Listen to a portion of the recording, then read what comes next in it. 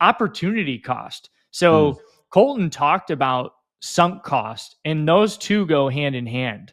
So if you have been doing a strategy, or you've been with a coach, or you've been doing something that hasn't worked, and you are the type of person that says, I'm just going to keep doing this. And that might be your career you're in now or whatever. I got this education to be this type of person, and I can't move on from that. That's the sunk cost.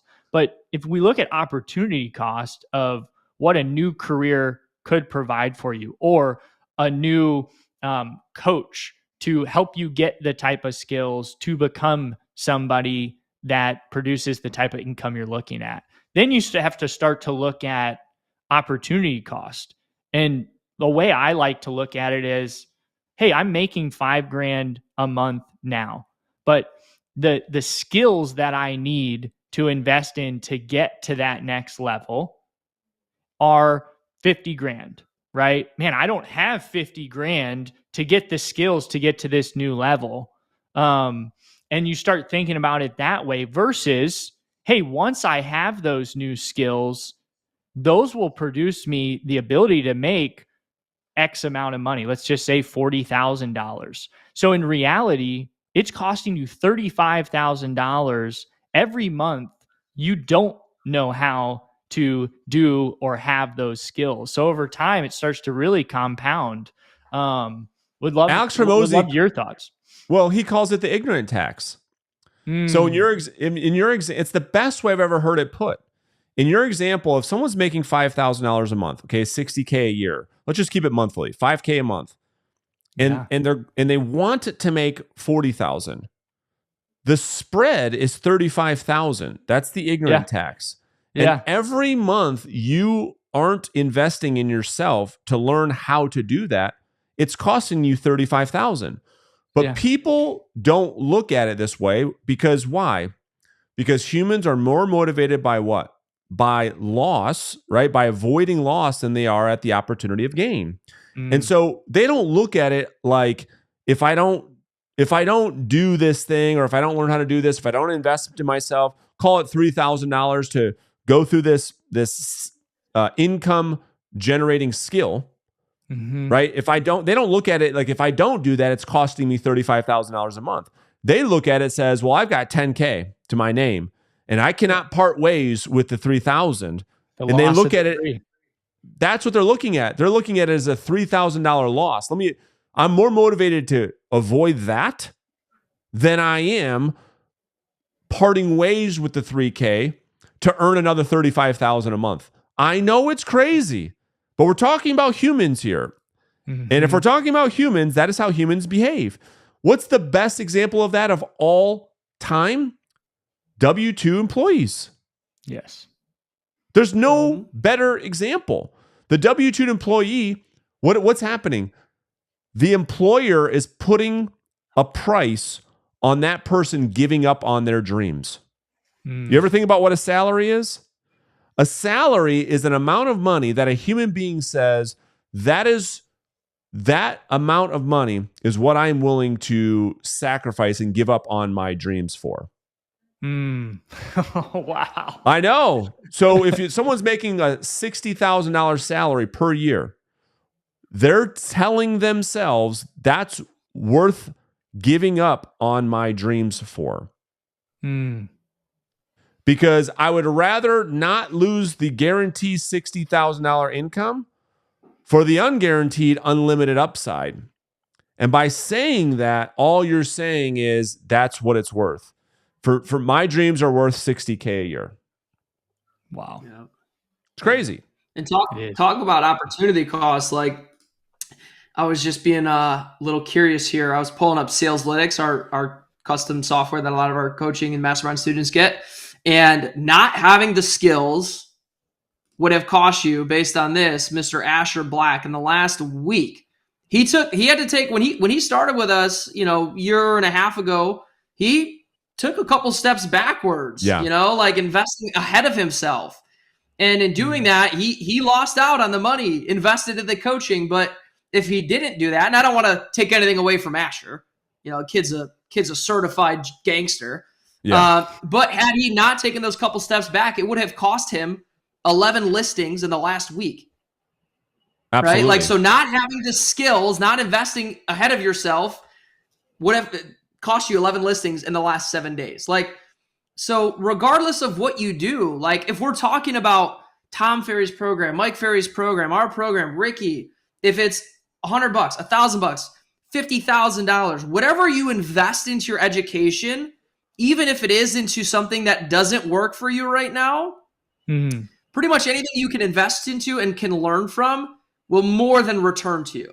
You know, that $8,000 program I talked about earlier that did not help me at all at that time and place, I actually give credit to helping me find the right direction to get to where I am today. So that $8,000 investment I made that didn't work for me at the time has more than paid off because of the things that's kind of led me to know, okay, now I go in this direction instead. It's a great point. So anything you invest into is going to be more than return. Like you close 1 or 2 deals even from it. So just like it'll return, but the opportunity cost is just so much more expensive than anything else. I know. And that is it's so spot on. And that's what investing in myself has proven. You know, it's like the best, really, really my world is just a byproduct of the investments I've made in myself. Not in the S&P 500, not even in real estate. Ben and I even debate that, which I've done that. I heavily invested in that. But that never produced the results I get right now. Never. Well, and all that's through, yeah. I'm sorry, but even because I've been kind of side by side with you the last 4 or 5 years. I've seen and have been blessed to participate in a lot of the investments you've made in yourself. And I can't begin to tell you how many investments you've made that we're like, oh, well, that didn't work.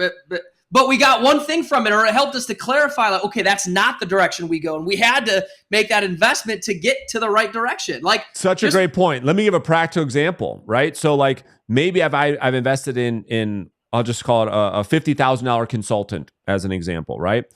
Put in $50K, and because it didn't work, most people would say, well, dude, you just wasted $50K. No. What Colton's saying is that $50,000, what seemingly was a mistake, probably helped us to avoid a $500,000 catastrophic, pitfall. And so it doesn't matter about, like, sometimes there's a direct ROI on it. And that's what happens most of the time. We're arguing with agents, that want to do better for themselves over a few $1,000s. The question is, if you invested in yourself a few $1,000s and as a result, you made $150,000 back, how many more times would you do that? And everybody would always say yes, but because of what you're talking about, Ben, which is this loss aversion, it's not how human beings are wired. They're not looking at opportunity cost. They're not looking at the ignorant tax. They're looking at, I have to protect this nest egg. Survival. I got to look at it through the scarcity mindset and not part ways with what I already have. That is how humans behave. And so how that changes, I don't know, but that's to be aware of it is step one. Let's talk about the thing that's more expensive than the money, which is the time. Like another practical example. What was it, last week, 2 weeks ago? Ben flew up here to Michigan. We jammed out for a couple days straight, plus all of the countless hours of phone calls we've had since then and Zoom meetings we're solidifying some future things for the direction of this company, right? And how much time did we spend on crafting an offer, doing this thing that a couple days later we completely scrapped? Like, no, that's not going to work. And then it led us to the next version and then to the next version. And so even the time you invest, if it's quote unquote not productive or doesn't lead to the direct thing you were investing that time on, is going to lead to the thing that does give you the return. Well, and then to double down on that, you look at Alex Hormozy says too, like about the ignorance tax.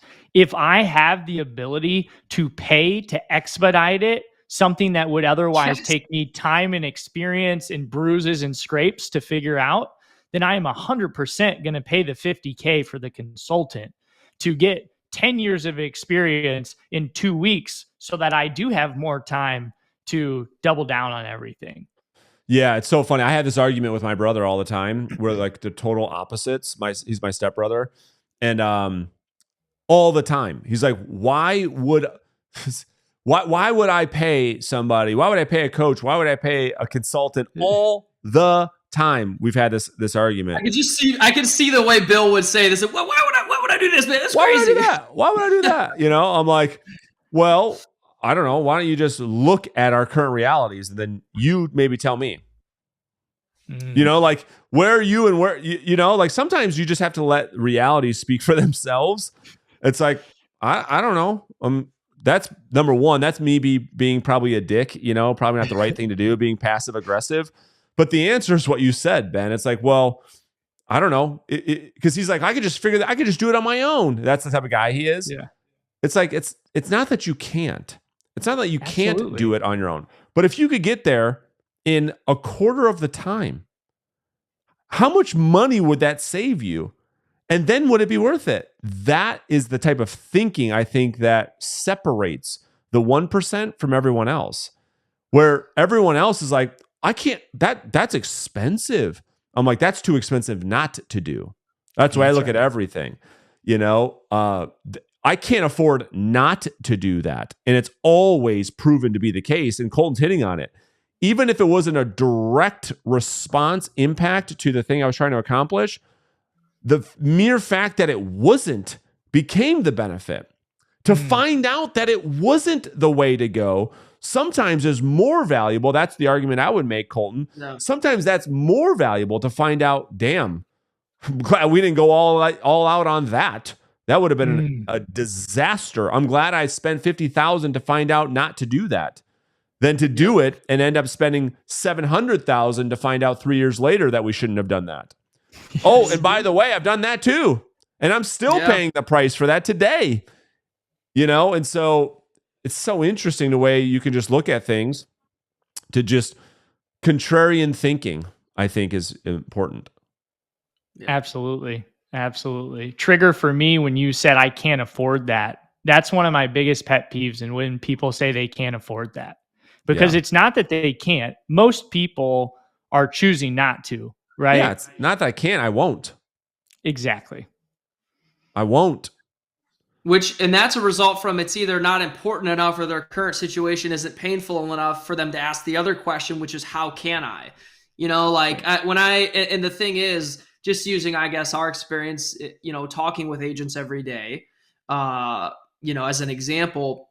And there's a lot of people we talk to. And Ben, you tell me, but I would argue that the majority, probably close to the majority of people we talk to, like working together for one reason or another, maybe actually doesn't make the most sense for them, right? But I want to talk about the people who it actually is going to make a lot of sense for them. And this is exactly what they need. There's two types of people. There's the person that they're allowing their current situation to prevent them from getting to their future situation. And then there's the 18-year-old kid I talk to who's straight up like, dude, I've got $200 in my bank account, but I'll be back in 2 weeks. And 2 weeks later, they have the money. They figure something out. They're 18, 19, 20 years old. And so it's not like I can or I can't afford it. It's like, how painful is your situation now? And are you gonna settle with where you're at, or are you gonna do the painful thing now to get out of the more painful thing for the future?